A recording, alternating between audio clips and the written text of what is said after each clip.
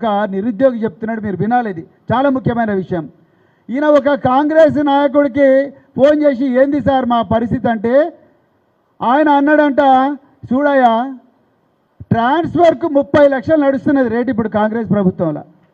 షాబాద్ నుంచి పరిగి పోవాలంటే 30 లక్షలు, షాద్ నగర్ నుంచి హైదరాబాద్ రావాలంటే 30 లక్షలు, మహబూబ్ నగర్ నుంచి గాంధీనగర్కు రావాలంటే 30 లక్షలు లంచం ఇస్తేనే ట్రాన్స్ఫర్ చేస్తాం. నువ్వు ఏకంగా డిప్యూటీ కలెక్టరు డిప్యూటీ ఎస్పీ ఉద్యోగం అడిగితే 30 లక్షలు ఎటు సరిపోతాయి, 3 కోట్లు ఇస్తేనే నీకు ఉద్యోగం ఇస్తా అన్నాడంట. బాబు నీ పేరు చెప్పండి. వద్దు సార్ నా పేరు చెప్తే ఇప్పుడు రేవంత్ రెడ్డి మక్కలు ఎరగదని నన్ను చంపేస్తాడు అన్నాడు.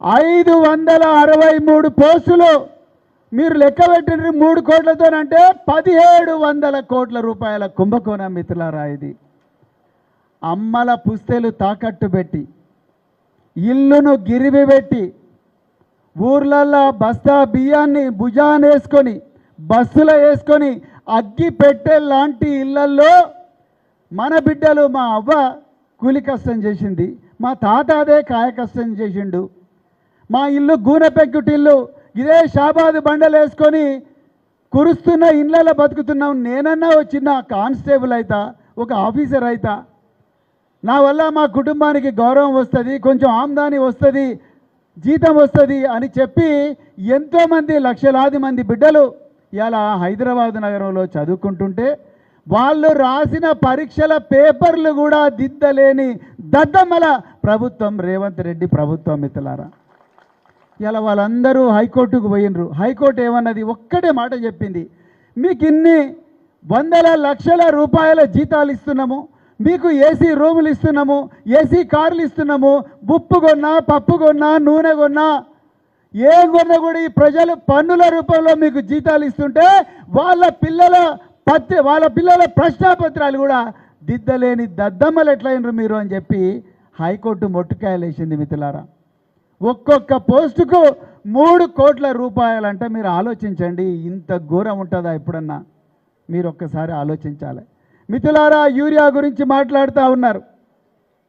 యూరియా బీజేపీ వాళ్ళేమో మేము 9 లక్షల టన్నుల యూరియా పంపించినామంటారు, కాంగ్రెస్ వాళ్ళేమో మాకు 6 లక్షలే వచ్చిందంటారు. నిజానికి ఆ వచ్చిన 6 లక్షలన్నా చక్కగా పంపించినారు అంటే లేదు మిత్రులారా. నిజానికి మీ అందరికీ యూరియా ఎందుకు ఇక్కడ షార్టేజ్ ఉన్నదంటే, మీరు కాంగ్రెస్ నాయకులు బీజేపీ నాయకుల ఇళ్లల్లో పోయి చూడండి, వాళ్ళ గోదాంలో పోయి చూడండి, బరాబర్ యూరియా ఉంటుంది. మీరు ఏ ఆఫీసర్ని అడిగినా చెప్తాడు ఎక్కడ ఉంది యూరియా. సింగిల్ విండో ఆఫీసులకు రావాల్సిన యూరియా, హాకా సెంటర్లకు రావాల్సిన యూరియా, రైతు వేదికల దగ్గరికి రావాల్సిన యూరియా ఇలా కాంగ్రెస్ బీజేపీ నాయకుల గోదాములకు పోయింది. ఇది వాస్తవం మిత్రులారా. 275 రూపాయలకు రావాల్సిన యూరియా ఇలా బ్లాక్ మార్కెట్లో 800 రూపాయలకు దొరుకుతూ ఉన్నది. నేను నిన్నగాక మొన్న నేను సిర్పూర్ అడవులలో ఉన్నా. ఎందుకు పోయినా నేను సిర్పూర్కు? ఒక గిరిజన మహిళ 4 కాన్పులైనాయి, మంచిగానే కాన్పులైనాయి, ఆరోగ్యంగా ఉన్నది. 5వ కాన్పుకు అడవి ప్రాంతంలో ఉన్నది. 8 నెలల వరకు ఆశా వర్కర్ వచ్చి చెక్ చేసింది. పురిటి నొప్పులు వచ్చిన వెంటనే రాత్రి 11 గంటలకు విపరీతంగా వర్షం వస్తున్నది, వాగుల మీద బ్రిడ్జులు లేవు. రేవంత్ రెడ్డి ప్రభుత్వము కోమటిరెడ్డి వెంకటరెడ్డి మినిస్టర్ ఒక్క పైసా కూడా రోడ్లకు శాంక్షన్ చేస్తలేడు. వాగులు మొత్తం పొంగిపడుతున్నాయి. ఊర్లో ఒక చిన్న పాటుపడ్డ సుమో ఉంటే ఆ సుమోలో ఈ మహిళనేసి తీసుకపోతే కాగజ్ నగర్కి వచ్చే వరకు ఆమె చచ్చిపోయింది. ఆ పిల్లలు అందరు అనాథలైనరు.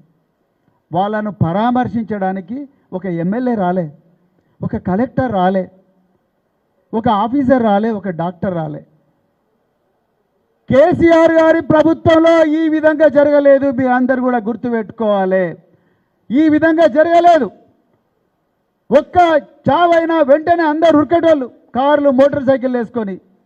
కానీ బీఆర్ఎస్ పార్టీ కార్యకర్తలుగా మేమందరం కూడా ఆ మహిళ దగ్గరికి, ఆ మహిళ కుటుంబం దగ్గరికి పోతే చాలా దయనీయమైన పరిస్థితి. ఆ పుట్టిన బిడ్డకు దోమలు కరుస్తున్నాయి. ఆ దోమలు కరిస్తే ఆ దోమలు కరవకుండా ఉంచడానికి పెట్టుకోవాల్సిన జాలి కూడా కొనలేని దీనమైన పరిస్థితుల్లో ఈరోజు పేద ప్రజలు ఉన్నారు. వాళ్ళని చూడడానికి మేము పోయినాం. అప్పుడు